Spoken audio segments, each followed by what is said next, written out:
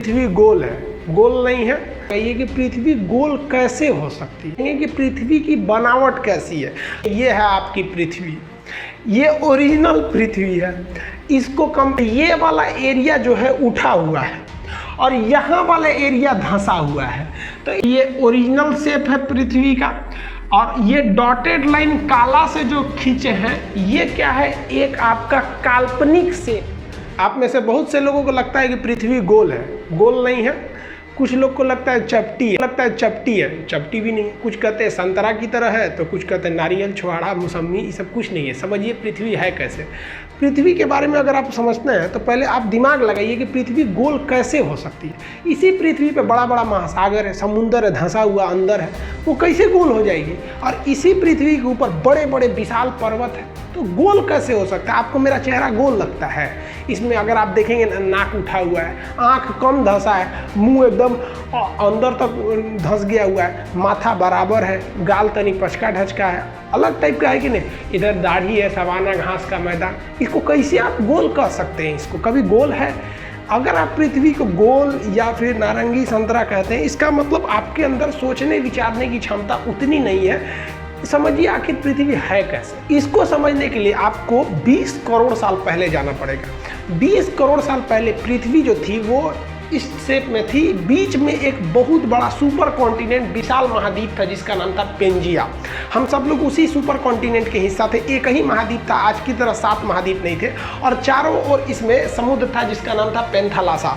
Super ocean का नाम पेंथालासा, super continent का नाम पेंजिया। एक ही महासागर, एक ही महाद्वीप थे। इन्हीं से टूट के कई महासागर बने और कई सारे महाद्वीप बने। वेगनर महोदय ने ही बताया था प्लेटो के मतलब महाद्वीपीय विस्थापन का सिद्धांत, कैसे कैसे ये जो पेंजिया महाद्वीप था ये टूट गया। यहाँ पर धीरे धीरे ये पेंजिया महाद्वीप ऐसे टूटना चालू हुआ। और जब पेंजिया टूटा ना तो इसके ऊपर का एक जो खंड था वो कहलाया लारेशिया और नीचे वाला कहलाया गोंडवाना लैंड।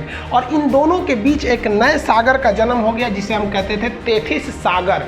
ये तेथिस सागर के जगह पे हिमालय खड़ा हो गया। जहाँ उस समय का सबसे गहरा सागर होता था तेथिस सागर, आज वहाँ हिमालय खड़ा हो गया।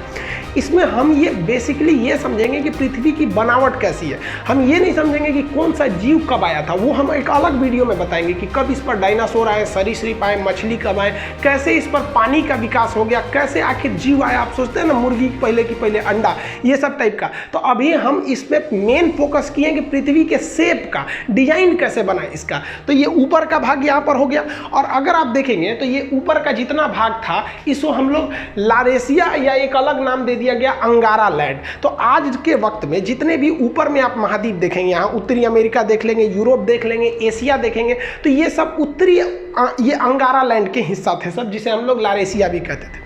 और नीचे वाले जितने द्वीप हैं सब ये यहाँ पे आप देख रहे हैं अफ्रीका, अंटार्कटिका, ऑस्ट्रेलिया। और उस वक्त तक भारत भी यहीं था। ये हिंदुस्तान दिख रहा है आपको, ये वाला है हिंदुस्तान। यहाँ पर भारत यहाँ से उठ के गया था, यहाँ पर ये तो इंडोनेशिया दिख रहा है, यहाँ से इस तरह से यहाँ से भारत गया था। तो नीचे वाले एरिया को हम लोग कहते हैं गोंडवाना लैंड। इसको हम लोग जम्बू द्वीप भी कहते हैं। वर्तमान में भले भारत उत्तरी भाग में है, लेकिन जब ये ओरिजिन किया था आज से लगभग वो 15 करोड़ साल पहले, तो उस वक्त 15 करोड़ साल, देखिए इसकी तो शुरुआत टूटने फूटने की हो गई थी 20 करोड़ साल पहले, लेकिन ये प्रक्रिया बहुत धीमी होती है। एक साल में केवल 5 सेंटीमीटर घसकता है। तो सोचिए ना, हजारों किलोमीटर घसक गया था तो कितना करोड़ साल लगेगा।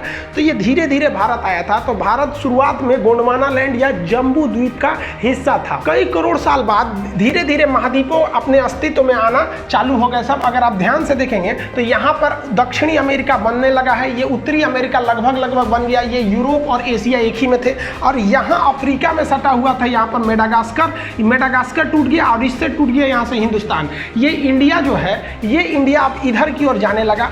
जबकि ऊपर में जो चाइना है, रूस वाला भाग है, उसके नीचे अगर देखेंगे तो तेथिस सागर है ये, और ये भारत है। इन दोनों के बीच में आज भले हिमालय है, लेकिन एक समय था जब तेथिस सागर था। और उसके बाद यहाँ से भारत जाना चालू किया।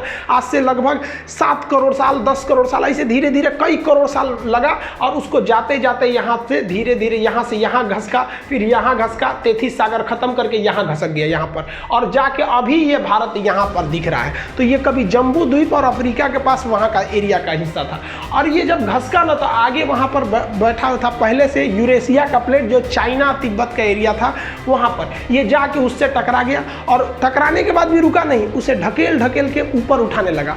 ढकेल ढकेल के जब ऊपर उठाया तो ये एरिया उठ गया, और ये विशाल एरिया हाइट पर ऐसे उठ गया यहाँ पर। इसके ऊपर चाइना और तिब्बत का ये एरिया हो गया, ये धीरे धीरे ऊपर जाकर उठ गया। आप अगर यहाँ देखेंगे तो ये इंडियन प्लेट है, ये ढकेल दिया है और खुद नीचे घुस गया है, और ये ढकेलने से यहाँ पे आप देखेंगे तो कई सारे पहाड़ियों का निर्माण हो जाता है।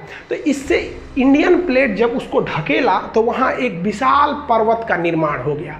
जैसे जैसे अगर आप हाइट पर जाते हैं तो हाइट पर जाने से टेम्परेचर में गिरावट आती है। ये क्यों आती है ये अलग बताएंगे। 165 मीटर की अगर आप ऊंचाई पे चले जाएंगे तो 1 डिग्री सेल्सियस की कमी आ जाएगी। लगभग 1 किलोमीटर की ऊंचाई पे जाएंगे ना तो आप में 5 डिग्री सेल्सियस की कमी आ जाएगी। हिमालय पर्वत लगभग 9000 किलोमीटर है, अगर 9 × 45 देखेंगे तो 45 डिग्री सेंटीग्रेड तो ऐसे ही गिर जाएगा कोई भी चीज़ हिमालय। इसलिए वहाँ पर पहाड़ के ऊपर पूरा टेम्परेचर गिरने से बर्फ़ का अंबार लग गया, पहाड़ों पर पूरा बर्फ़ लग गया। यहाँ धीरे धीरे इंसान बसना चालू हुआ। करोड़ों वर्ष पहले वो भाषा का आविष्कार किया तो उसने इस पहाड़ का नाम रख दिया बर्फ़ का घर। जिस तरह से पुस्तक का घर क्या होता है, उस घर को हिंदी में क्या कहते हैं, आलय। घर को आलय कहा जाता है। अब पुस्तक का घर है तो पुस्तकालय, भोजन का घर है तो भोजनालय। उसी तरह ये बर्फ को हम लोग हिंदी में कहते हैं हिम। हिम का घर हो गया तो हो गया हिमालय।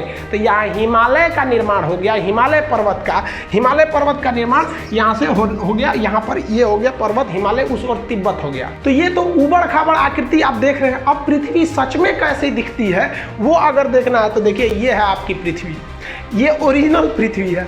इसको कंप्यूटराइज करके मतलब शेप लिया गया है यहाँ पर। अब आप बताइए ये इसको कौन कहेगा कि ये गोल है या फिर पृथ्वी चपटी है। पहले के ज़माने में लोग कहते थे पृथ्वी चपटी है, इसलिए वो दूर तक का सफ़र नहीं करते थे कि कहीं अचानक से गिर जाएंगे तब क्या होगा। ये बहुत प्राचीन काल की है। प्राचीन चीज़ को अभी से मत मिलाइए, वो उस वक्त उसी को सच माना जाता था और अभी के वक्त में वो सब सच नहीं है। तो ये जो चीज़ है, ये पृथ्वी है, ये गोल है नहीं है। तो भूगोलवेताओं ने इसके लिए एक अलग शेप बनाया, एक अलग डिजाइन। उसको क्या नाम दिया गया, तो देखिए इस तरह से जो पृथ्वी है इसमें अगर आप देखेंगे तो ये वाला एरिया जो है उठा हुआ है और यहाँ वाला एरिया धंसा हुआ है। तो इसमें दो चीज़ें दिखेंगी आपको, एक उठा हुआ ये एरिया दिखेगा और एक धंसा हुआ ये एरिया दिखेगा। फिर यहाँ उठा हुआ है, फिर कहीं धंसा हुआ है। तो इसके लिए एक नियम बनाया गया जिसे हम एवरेज नियम कहते हैं। एवरेज नियम कहते हैं कि धंसा वाले से थोड़ा उठा के उठा हुआ से तनी सा नीचे करके, यानी इन दोनों के बीच में एक शेप ले जाते हैं। तो देखिए ये जो रेड लाइन गई है, ये रेड लाइन ये उठा हुआ से कम है और धंसा हुआ से ज़्यादा है। तो ये एवरेज लाइन जो खींच दिया गया है ना, ये एवरेज लाइन वाली आपकी आकृति गोल दिखती है। इसी डॉटेड एवरेज लाइन को यहाँ आप देखेंगे, यहाँ उल्टा रंग दिए हैं। यहाँ पर अगर रेड कलर का देख रहे हैं तो ये ओरिजिनल शेप है पृथ्वी का, और ये डॉटेड लाइन काला से जो खींचे हैं ये क्या है, एक आपका काल्पनिक शेप है।